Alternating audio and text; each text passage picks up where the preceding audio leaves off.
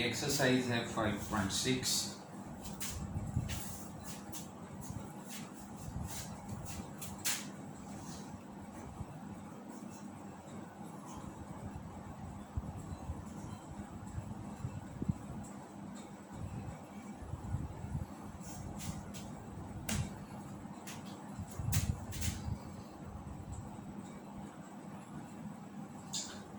Page number है 373 और यहाँ हम करेंगे क्वेश्चन नंबर 13 से लेकर 22 तक। 10 क्वेश्चन। तो question number 13,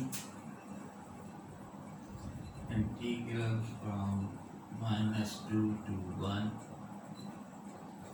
x square -6x plus 12 dx।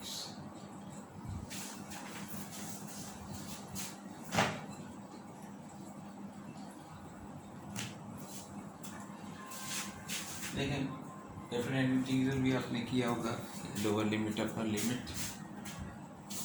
आप फिलहाल कंसीडर कर लो, let me call this as I.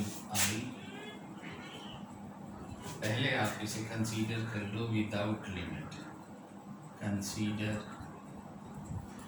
I1 कह लो इसे, जिसमें हम लिमिट नहीं ले रहे, just x square -6x plus 12।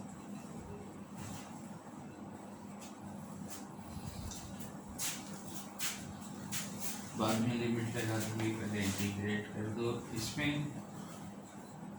चलिए, मेरा ख्याल तो सिंपल सा है, तो अगर ना भी डायरेक्ट लेके चलो तो भी कोई हर्ज नहीं है। तो इसमें ये होगा कि आप सी नहीं लगाएंगे इंटीग्रेशन के बाद, क्योंकि डेफिनेट है।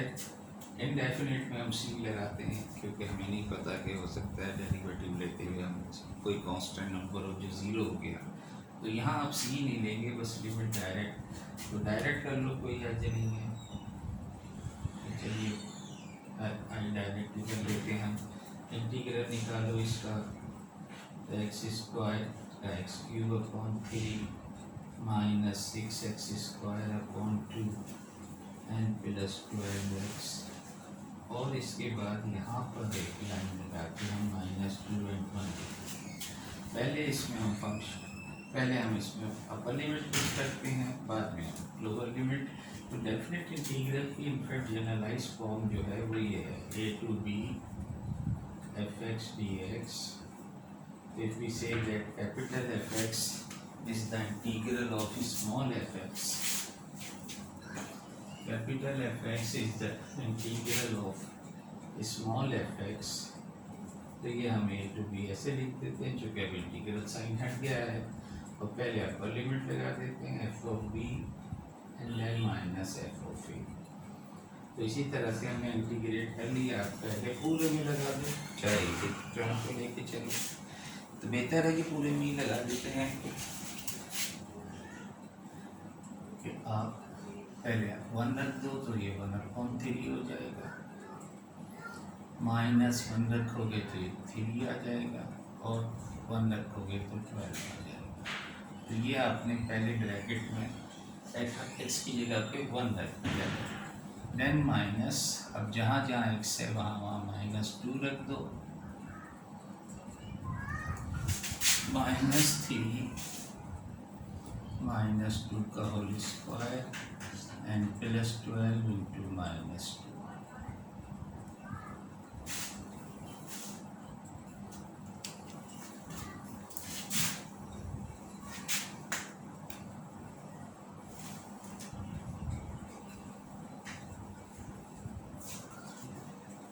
इसे सॉल्व कर लें, इसे सॉल्व कर लें।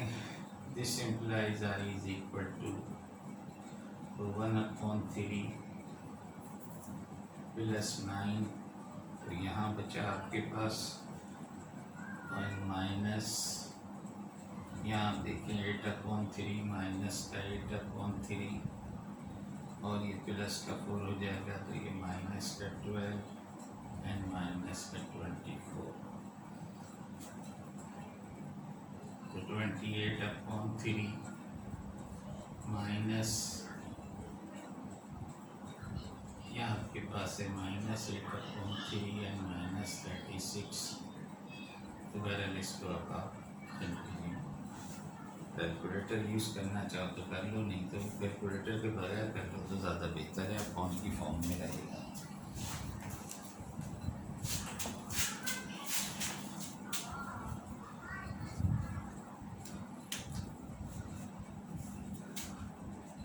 देखिए क्वेश्चन नंबर 17 या 18 ले लेते हैं। क्वेश्चन नंबर 18 में है 1 से 4 तक dx/1/x √x dx। इंटीग्रेट करने से पहले इसे ज़रा रिटाइट कर लो। 1 to 4 1/x⁴ है इनफैक्ट ये जो इस फॉर्म में लिखा हुआ है। तो इसे जब ऊपर ले जाओगे तो that will be x⁻³ dx। अब आप इसे इंटीग्रेट कर सकते हैं, सिंप्लीफाइड फॉर्म आ गई। पहला फॉर्मूला आप यूज़ कर लो, x⁻½ डिवाइडेड बाई -½ और यहाँ लिख दो 1 से 4 तक। तो ये जो है ये -2 को तो ब्रैकेट से बाहर निकाल दो, इसे 1/x लिख लो, x⁻½ लिख लो या रूट बना लो 1 से 4 तक। दिस इज इक्वल टू -2 तो बाहर है। जब आप पहले अपर लिमिट रखोगे तो अंडर रूट में 4 आ जाएगा, और जब आप लोअर लिमिट रखोगे तो अंडर रूट में 1 आ जाएगा। इसका मतलब है -2, ये आ गया आपके पास 1/2 और ये है -1। So this is equal to -2 और inside the bracket you have -1/2। ये माइनस माइनस कैंसिल, 2 से 2 cancel, 1 is the answer.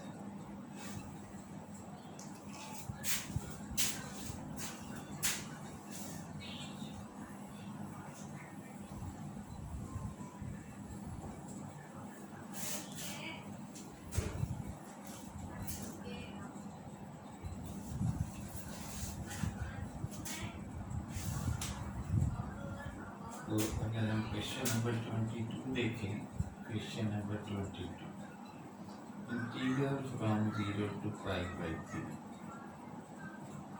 2x minus sec x then x dx।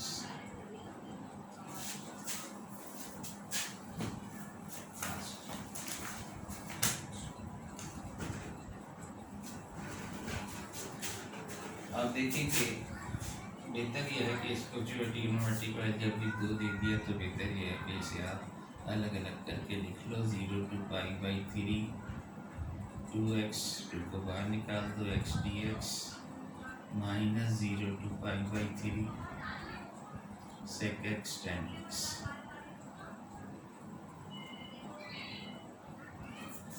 तो इसका इंटीग्रल लोगे तो 2x²/2, यहाँ पर लगा लो 0 to π/3 से अलग कर दिया है हमने।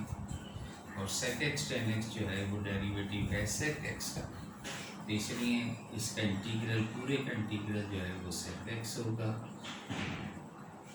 0 से π/3। तो ये 2 से 2 कैंसिल, x की जगह पे पहले π/2 रख लो, π/3 रख लो, तो π/3 का होल स्क्वायर, और जब 0 रखोगे तो ये 0। ये तो पहले वाले का आ गया। और sec x को अगर आप 1/cos रख लोगे तो ज़्यादा बेहतर है, क्योंकि टेबल आपको याद होगी।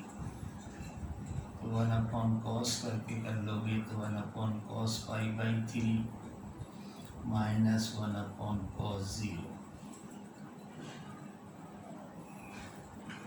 तो यहाँ से तो आ गया आपके पास π²/9 एंड देन माइनस, अब cos π/3 जो होता है cos π/3 अंडर रूट 1/2 cos π/3 जो है वो 1/2 होता है। तो इसको आप जब पलट दोगे तो या तो ऐसे ही रहने दो, 1/2 बाद में पलट देना, और cos 0 जो है वो 1 है। तो π²/9 -2 - 1, तो आपके पास आंसर आ जाएगा π²/9 -1 इज द आंसर। चाहो ऐसे ही छोड़ दो, चाहो एलसीएम लेके इसे इकट्ठा कर दो। तो बस यहाँ तक हम स्टॉप करते हैं आज की क्लास।